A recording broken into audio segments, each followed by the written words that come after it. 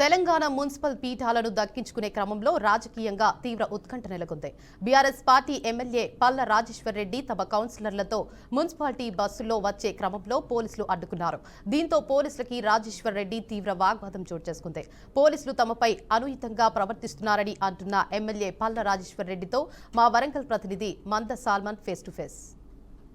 నిన్న జరగాల్సిన చైర్పర్సన్ ఎన్నికైతే వాయిదా పడడంతో ఈ రోజు కూడా పెద్ద ఎత్తున బీఆర్ఎస్ అదే విధంగా కాంగ్రెస్ పార్టీ ఇద్దరు అంటే రెండు పార్టీలు అయితే పెద్ద ఎత్తున ఇక్కడికి మున్సిపాలిటీ దీనికైతే చేరుకున్నారు. ఎక్స్ అఫీషియో మెంబర్లతో ఇక్కడ ఈ యొక్క ఉత్కంఠ భరితానికైతే తెరపడ్డది. మనం చూసుకున్నట్లయితే బీఆర్ఎస్ నేతలు అయితే పెద్ద ఎత్తున చాలా మంది వచ్చారు. దీనికి సంబంధించి మనం కొంతమంది ఎమ్మెల్సీ ఎమ్మెల్యే పల్ల రాజేశ్వర రెడ్డి అయితే ఉన్నారు. దీనికి సంబంధించి మనం మాట్లాడించే ప్రయత్నం చేద్దాం.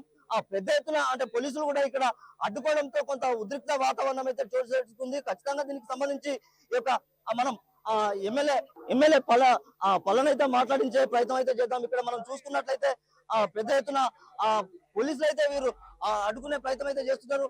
మనం మాట్లాడించే ప్రయత్నం చేద్దాం. సార్ చెప్పండి, దీనికి సంబంధించి అంటే మీరు ఏ విధంగా చూడొచ్చు సార్? ఏమున్నది, నిర్బంధం కావాలని చేస్తున్నారు.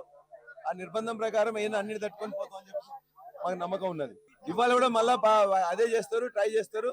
ఏది ట్రై చేసినా కూడా ప్రజాస్వామ్యం గెలుస్తుందని నమ్మకం నాకున్నది. అంటే నిన్న జరగాల్సిన ఈ యొక్క ఎన్నిక అయితే వాయిదా పడడంతో ఈ రోజు కూడా భారీ బందోబస్తు పోలీసులు అయితే భారీ బందోబస్తు అయితే ఏర్పాటు చేశారు.